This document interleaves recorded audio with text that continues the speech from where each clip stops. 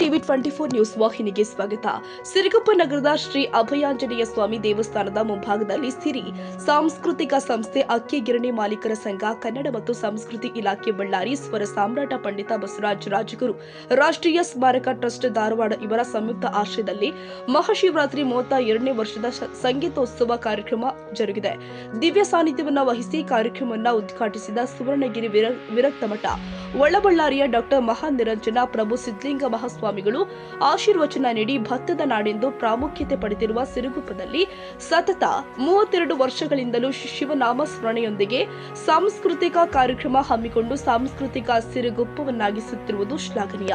ಪ್ರತಿ ವರ್ಷವೂ ಕೂಡ ಒಬ್ಬ ಕಲಾವಿದನಲ್ಲಿನ ಒಂದೊಂದು ಪ್ರತಿಭೆಯನ್ನ ಹುಡುಕಿ ಅವರನ್ನು ಸನ್ಮಾನಿಸುವ ಮೂಲಕ ಅವರ ಕಲಾಶಕ್ತಿಗೆ ಪ್ರೋತ್ಸಾಹ ನೀಡುವಲ್ಲಿ ಭಾಗಿಯಾಗಿರುವ ಎಲ್ಲರಿಗೂ ಆ ಶಿವ ಪರಮಾತ್ಮನು ಸಕಲ ಭಾಗ್ಯಗಳನ್ನ ಕಲ್ಪಿಸಲಿ ಅಂತ ಆಶೀರ್ವದಿಸಿದ್ರು. ಸ್ವರ ಸಾಮ್ರಾಟ ಪಂಡಿತ ಬಸವರಾಜ ರಾಜಗುರು ರಾಷ್ಟ್ರೀಯ ಸ್ಮಾರಕ ಟ್ರಸ್ಟ್ನ ಅಧ್ಯಕ್ಷ ಪಂಡಿತ ಕೈವಲ್ಯ ಕುಮಾರ್ ಗುರವ್ ಅವರನ್ನ ಸನ್ಮಾನ ಮಾಡಲಾಗಿದೆ. ಭಕ್ತಿಗೀತೆಯ ಸುಧಿಯನ್ನ ಅರಿಸಿದ ಇನ್ನಿತರ ಗಾಯಕರಿಗೆ ಸನ್ಮಾನ ಮಾಡಲಾಗಿದೆ. ಮಹಾನಿರಂಜನ ಪ್ರಭು ಬಸವಲಿಂಗ ಮಹಾಸ್ವಾಮಿಗಳು, ಸುವರ್ಣಗಿರಿ ವಿರಕ್ತ ಮಠ ಒಳಬಳ್ಳಾರಿ, ಗುರುಬಸವ ಮಠದ ಶ್ರೀ ಬಸವಭೂಷಣ ಸ್ವಾಮಿ, ರಾಜಶೇಖರ ಸ್ವಾಮಿ ಕಾರ್ಯಕ್ರಮದಲ್ಲಿ ಸಾನ್ನಿಧ್ಯವನ್ನ ವಹಿಸಿದ್ರು.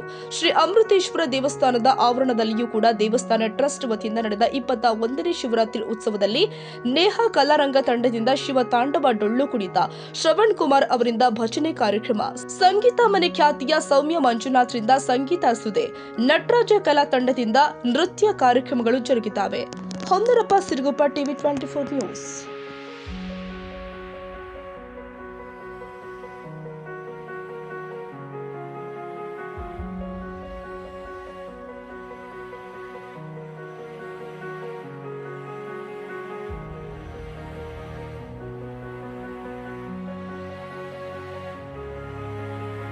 ಕನ್ನಡಿಗರ ಮೆಚ್ಚಿನ ನಿಮ್ಮ ಟಿವಿ 24 ಕನ್ನಡ ನ್ಯೂಸ್ ವಾಹಿನಿ ಇದೀಗ ಟಿವಿಯಲ್ಲಿ ಲಭ್ಯ.